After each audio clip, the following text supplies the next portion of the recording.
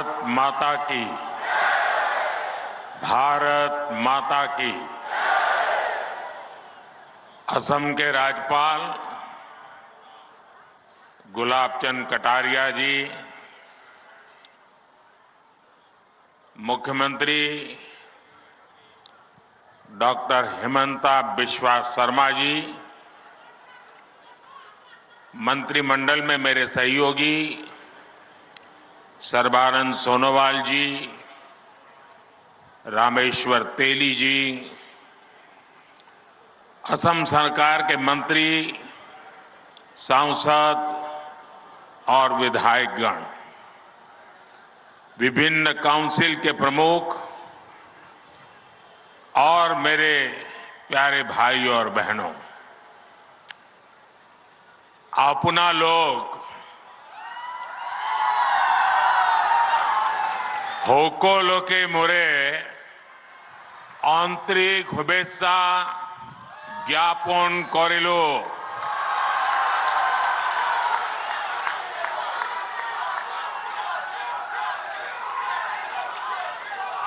आज मुझे एक बार फिर मां कामाख्या के आशीर्वाद से असम के विकास से जुड़े प्रोजेक्ट्स आपको सौंपने का सौभाग्य मिला है। थोड़ी देर पहले यहां 11,000 करोड़ रुपयों के प्रोजेक्ट का शिलान्यास और लोकार्पण हुआ है। ये सारे प्रोजेक्ट असम और नॉर्थ ईस्ट के साथ ही दक्षिण एशिया के दूसरे देशों के साथ इस क्षेत्र की कनेक्टिविटी को और मजबूत करेंगे। ये प्रोजेक्ट असम में टूरिज्म सेक्टर में नए रोजगार पैदा करेंगे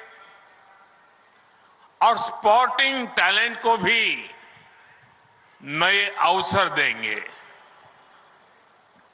ये मेडिकल एजुकेशन और हेल्थ केयर सेक्टर में भी असम की भूमिका का विस्तार करेंगे। मैं असम के नॉर्थ ईस्ट के अपने सभी परिवारजनों को इन परियोजनाओं के लिए बहुत बहुत बधाई देता हूं।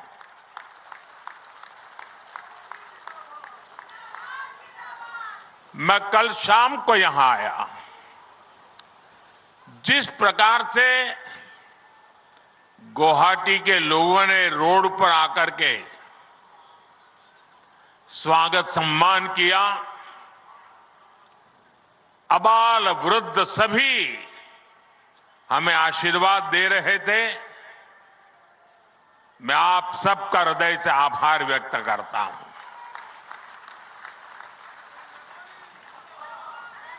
मैंने टीवी पर देखा कि आप लोगों ने लाखों दीप जलाए।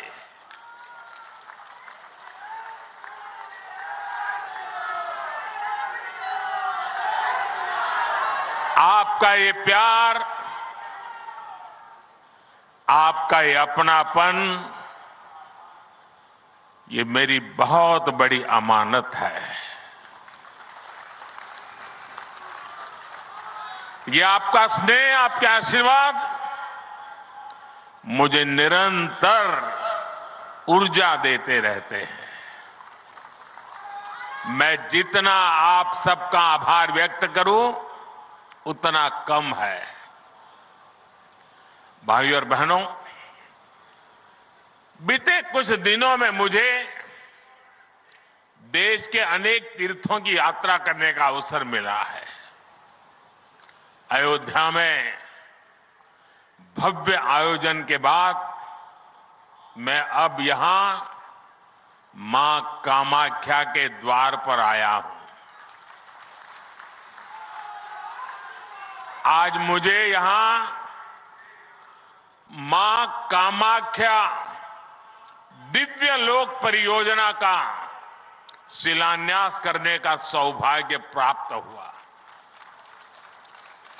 इस दिव्य लोक की जो कल्पना की गई है, मुझे इसके बारे में विस्तार से बताया गया है। जब ये बनकर पूरा होगा तो ये देश और दुनिया भर से आने वाले मां के भक्तों को असीम आनंद से भर देगा। मां कामाख्या दिव्य लोक परियोजना के पूरा होने के बाद हर साल और ज्यादा श्रद्धालु यहां आकर दर्शन कर सकेंगे।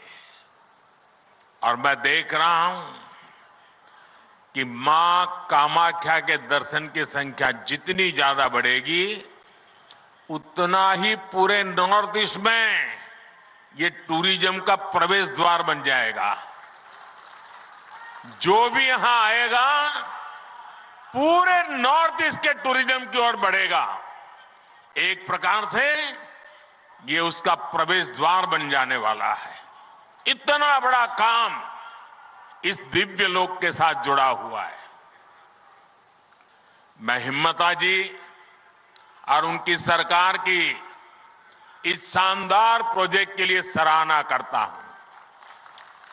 साथियों, हमारे तीर्थ, हमारे मंदिर, हमारी आस्था के स्थान ये सिर्फ दर्शन करने की ही स्थली है, ऐसा नहीं है। ये हजारों वर्षों की हमारी सभ्यता की यात्रा की अमिट निशानियां हैं। भारत ने हर संकट का सामना करते हुए कैसे खुद को अटल रखा, ये उसकी साक्षी है। हमने देखा है कि एक समय में जो सभ्यताएं बहुत समृद्ध हुआ करती थी, आज उनके खंडहर ही बचे हैं। दुर्भाग्य से आजादी के बाद जिन्होंने लंबे समय तक देश में सरकारें चलाई, वो भी आस्था के इन पवित्र स्थानों का महत्व समझ नहीं पाए। उन्होंने राजनीतिक लाभ के लिए अपनी ही संस्कृति, अपने ही अतीत पर शर्मिंदा होने का एक ट्रेंड बना दिया था। कोई भी देश अपने अतीत को ऐसे मिटाकर, ऐसे भुलाकर, अपनी जड़ों को काटकर कभी विकसित नहीं हो सकता। मुझे संतोष है कि बीते 10 वर्षों में अब भारत में स्थितियां बदल गई है। भाजपा की डबल इंजन सरकार ने विकास और विरासत को अपनी नीति का हिस्सा बनाया है। इसका परिणाम आज हम असम के अलग अलग कोनों में भी देख रहे हैं। असम में आस्था, अध्यात्म और इतिहास से जुड़े सभी स्थानों को आधुनिक सुविधाओं से जोड़ा जा रहा है। विरासत को संजोने के इस अभियान के साथ ही विकास का अभियान भी उतनी ही तेजी से चल रहा है। बीते 10 वर्षों को देखो तो हमने देश में रिकॉर्ड संख्या में कॉलेज बनाए हैं, यूनिवर्सिटीज बनाए हैं। पहले बड़े संस्थान सिर्फ बड़े शहरों में ही होते थे। हमने आईआईटी, आईआईएम जैसे संस्थानों को उसका नेटवर्क पूरे देश में फैलाया है। बीते 10 वर्षों के दौरान देश में मेडिकल कॉलेज की संख्या करीब करीब डबल हो चुकी है। असम में भी भाजपा सरकार से पहले 6 मेडिकल कॉलेज थे, आज 12 मेडिकल कॉलेज है। असम आज नॉर्थ ईस्ट में कैंसर के इलाज का एक बहुत बड़ा केंद्र बन रहा है। साथियों, देशवासियों का जीवन आसान हो, ये हमारी सरकार की प्राथमिकता रही है। हमने 4 करोड़ से अधिक गरीब परिवारों के पक्के घर बनाए हैं। हमने घर घर पानी, घर घर बिजली पहुंचाने का अभियान भी चलाया है। उज्ज्वला योजना ने आज असम की लाखों बहनों बेटियों को धुएं से मुक्ति दी है। स्वच्छ भारत अभियान के तहत बने शौचालयों ने असम की लाखों बहनों बेटियों की गरिमा की रक्षा की है।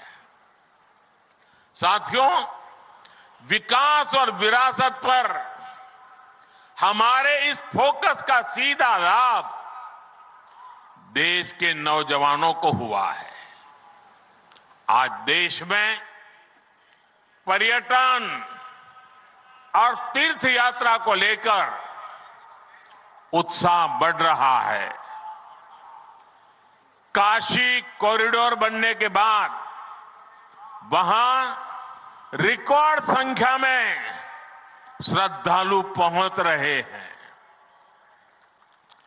बीते 1 वर्ष में 8.5 करोड़ लोग काशी गए। 5 करोड़ से अधिक लोगों ने उज्जैन में महाकाल महालोक के दर्शन किए। 19 लाख से अधिक लोगों ने केदार धाम की यात्रा की है। अयोध्या धाम में प्राण प्रतिष्ठा को अभी कुछ ही दिन हुए हैं। 12 दिन में ही अयोध्या में 24 लाख से ज्यादा लोग दर्शन कर चुके हैं। मां कामाख्या दिव्य लोक बनने के बाद यहां भी हम ऐसा ही दृश्य देखने वाले हैं। साथियों, जब तीर्थ यात्री आते हैं, श्रद्धालु आते हैं, तब गरीब से गरीब भी कमाता है। रिक्शे वाले हो, टैक्सी वाले हो, होटल वाले हो, रेहड़ी पटरी वाले हो, सभी की आमदनी बढ़ती है। इसलिए इस वर्ष के बजट में भी हमने पर्यटन पर बहुत बल दिया है। केंद्र की भाजपा सरकार पर्यटन से जुड़े ऐतिहासिक स्थानों के विकास के लिए नया अभियान शुरू करने जा रही है। असम में, नॉर्थ ईस्ट में तो इसके लिए भरपूर संभावनाएं हैं। इसलिए भाजपा सरकार नॉर्थ ईस्ट के विकास पर विशेष जोर दे रही है। साथियों, बीते 10 वर्षों से नॉर्थ ईस्ट में रिकॉर्ड संख्या में टूरिस्ट आए हैं। आखिर ऐसे कैसे हुआ? पर्यटन के केंद्र नॉर्थ ईस्ट के खूबसूरत इलाके तो पहले भी यहां थे, लेकिन तब इतने टूरिस्ट यहां नहीं आते थे। हिंसा के बीच, साधन संसाधनों के अभाव के बीच, सुविधाओं की कमी के बीच आखिर कौन यहां आना पसंद करता? आप भी जानते हैं कि 10 साल पहले असम समेत पूरे नॉर्थ ईस्ट में क्या स्थिति थी। पूरे नॉर्थ ईस्ट में रेल यात्रा और हवाई यात्रा बहुत ही सीमित थी। सड़कें संकरी भी थी और खराब भी थी। एक राज्य से दूसरे राज्य में आना जाना तो छोड़िए, एक जिले से दूसरे जिले में आने जाने में भी कई घंटे लग जाते थे। इन सारी परिस्थितियों को आज भाजपा की डबल इंजन सरकार ने, एनडीए सरकार ने बदला है।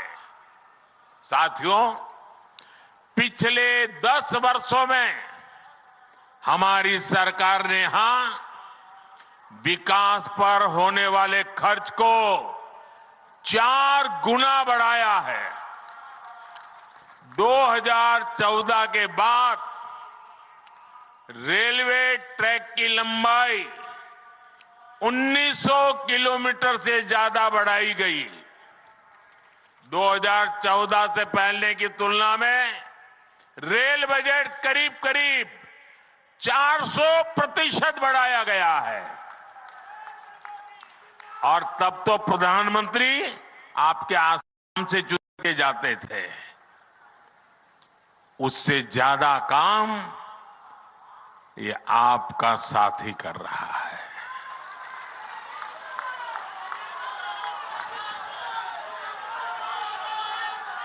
- 2014 तक यहां सिर्फ 10,000 किलोमीटर नेशनल हाईवे हुआ करते थे। पिछले 10 वर्षों में ही हमने 6,000 किलोमीटर के नए नेशनल हाईवे बनाए हैं। आज 2 और नई सड़क परियोजनाओं का उद्घाटन हुआ है। इससे अब ईटानगर तक कनेक्टिविटी और बेहतर होगी। आप सभी लोगों की मुश्किलें और कम होगी। साथियों, आज पूरा देश कह रहा है कि मोदी की गारंटी यानी गारंटी पूरा होने की गारंटी।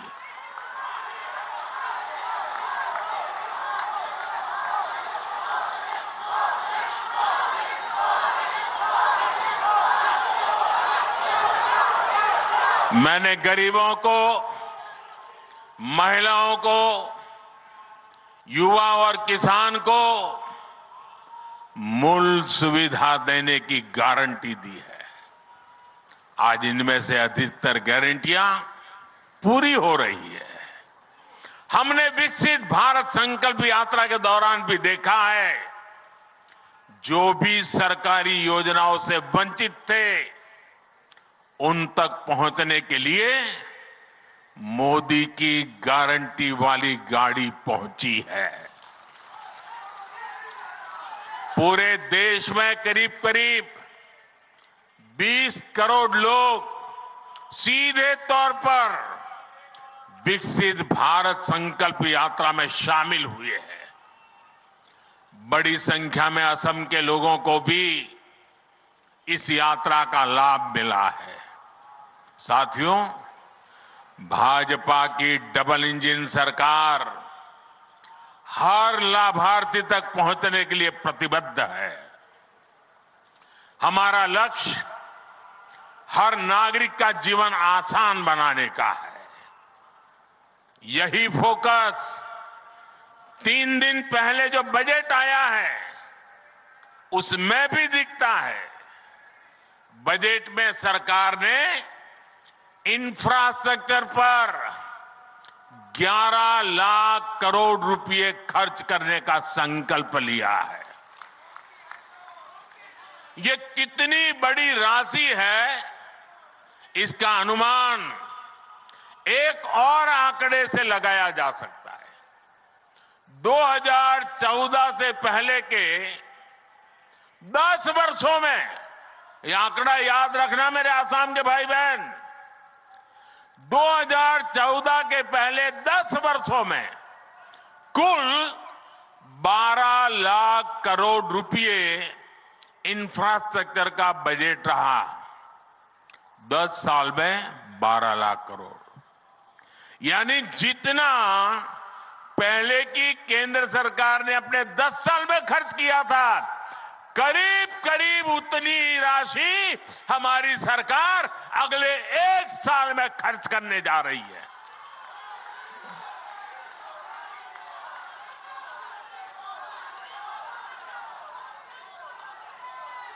आप कल्पना कर सकते हैं कि देश में कितने बड़े पैमाने पर निर्माण कार्य होने जा रहा है।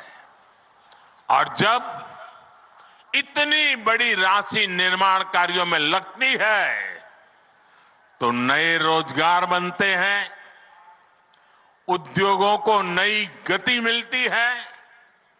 साथियों, इस बजट में एक और बहुत बड़ी योजना की घोषणा हुई है। बीते 10 वर्षों में हमने हर घर तक बिजली पहुंचाने का अभियान चलाया। अब हम बिजली का बिल, आसाम के भाइयों बहनों और देशवासी भी, मैं बहुत महत्वपूर्ण काम आपके सामने रख रहा हूं। अब बिजली का बिल भी 0 करने के लिए हम आगे बढ़ रहे हैं।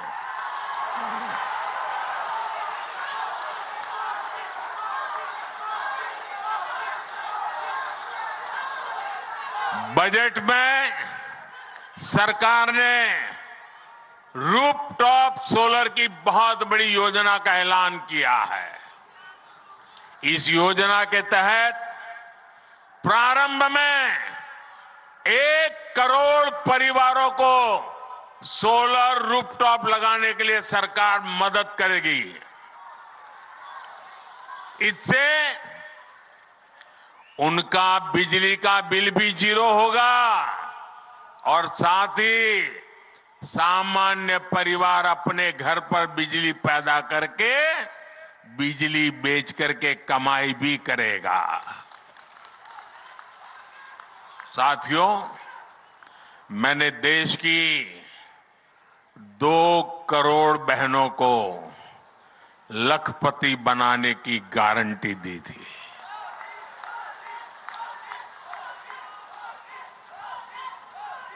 बीते वर्षों में जब मैंने हिसाब किताब लगाना शुरू किया तो मुझे प्राथमिक जो जानकारी मिली है, अब तक हम 1 करोड़ बहनें लखपति दीदी बन चुकी है। हमारे देश में सेल्फ हेल्प ग्रुप में काम करने वाली 1 करोड़ बहनें जब लखपति दीदी बनती है ना, तो नीचे धरती कितनी बदल जाती है दोस्तों। अब इस बजट में हमने लखपति दीदी बनाने के लक्ष्य को और बढ़ा दिया है। अब 2 करोड़ के बजाय 3 करोड़ बहनों को लखपति दीदी बनाया जाएगा। इसका लाभ असम की मेरी हजारों लाखों बहनों को भी जरूर होने वाला है। यहां स्वयं सहायता समूह से जुड़ी सभी बहनों के लिए अवसर ही अवसर आने वाले हैं और इतनी बड़ी माताएं बहनें यहां आई है, जरूर उसमें भी मेरी लखपति दीदी आई ही होगी। हमारी सरकार इस बजट में आंगनवाड़ी और आशा बहनों को भी अब आयुष्मान योजना के दायरे में ले आई है। इससे उन्हें भी अब 5 लाख रुपया तक के मुफ्त इलाज की सुविधा मिल गई है। जब बहनों बेटियों का जीवन आसान बनाने वाली सरकार हो, संवेदनशीलता से काम होता है, भाइयों और बहनों, मोदी जो गारंटी देता है ना, उसे पूरा करने के लिए दिन रात एक करने का हौसला भी रखता है। इसलिए आज नॉर्थ ईस्ट को मोदी की गारंटी पर भरोसा है।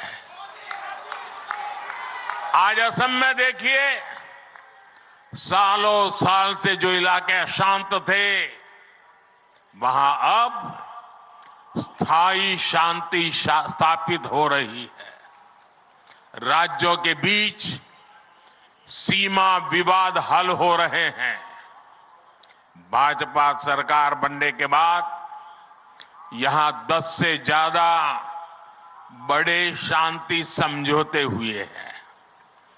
पिछले कुछ वर्षों में नॉर्थ ईस्ट में हजारों युवाओं ने हिंसा का रास्ता छोड़कर विकास का रास्ता चुना है। मैंने कई वर्षों तक असम में मेरी पार्टी के संगठन का काम किया है। मैं यहां हर इलाके में घुमा हुआ इंसान हूं और मुझे याद है, उस समय जाने आने में एक रुकावट ये होती थी कि रोड ब्लॉक के कार्यक्रम, बंद के कार्यक्रम और गुवाहाटी तक के अंदर बम ब्लास्ट की घटनाएं मैं अपनी आंखों से देखता था। आज वो भूतकाल बनता चला गया है। दोस्तों, लोग शांति से जी रहे हैं। असम के 7,000 से ज्यादा नौजवानों ने भी हथियार छोड़े हैं। देश के विकास में कंधे से कंधा मिलाकर चलने का संकल्प लिया है। कई जिलों में आस्था हटाया गया है। जो क्षेत्र हिंसा प्रभावित रहे, आज वो अपनी आकांक्षाओं के अनुसार अपना विकास कर रहे हैं और सरकार उनकी पूरी मदद कर रही है। साथियों, छोटे लक्ष्य रखकर कोई भी देश, कोई राज्य तेज विकास नहीं कर सकता। पहले की सरकारें ना बड़े लक्ष्य तय करती थी और ना ही अपने लक्ष्यों को प्राप्त करने के लिए उतनी मेहनत करती थी। हमने पहले की सरकारों की सोच को भी बदल दिया है। मैं नॉर्थ ईस्ट को उसी तरफ विकसित होते देख रहा हूं जैसा पूर्वी एशिया को दुनिया देखती है। आज नॉर्थ ईस्ट होते हुए दक्षिण एशिया और पूर्वी एशिया की कनेक्टिविटी का विस्तार हो रहा है। आज यहां साउथ एशिया सब रीजनल इकोनॉमिक कॉरपोरेशन, उसके कोऑपरेशन के तहत भी अनेक सड़कों को अपग्रेड करने का काम शुरू हुआ है। आप कल्पना कीजिए, जब कनेक्टिविटी के ऐसे सभी प्रोजेक्ट पूरे होंगे तो हिस्सा व्यापार कारोबार का कितना बड़ा केंद्र बनेगा। मैं जानता हूं कि असम के नॉर्थ ईस्ट के हर युवा का भी यही सपना है कि वो भी पूर्वी एशिया जैसा विकास यहां देखे।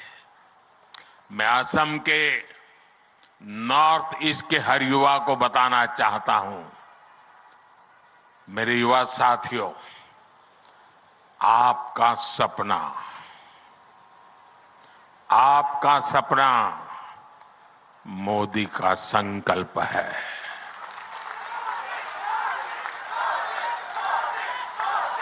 और आपके सपने पूरे हो, इसके लिए मोदी अपनी तरफ से कोई कसर बाकी नहीं छोड़ेगा। और ये मोदी की गारंटी है। भाई और बहनों, ये जो भी काम आज हो रहे हैं, इनका एक ही लक्ष्य है भारत और भारतीयों का सुखी और समृद्ध जीवन। लक्ष्य है भारत को दुनिया की तीसरी बड़ी आर्थिक ताकत बनाने का। लक्ष्य है 2047 तक भारत को विकसित राष्ट्र बनाने का।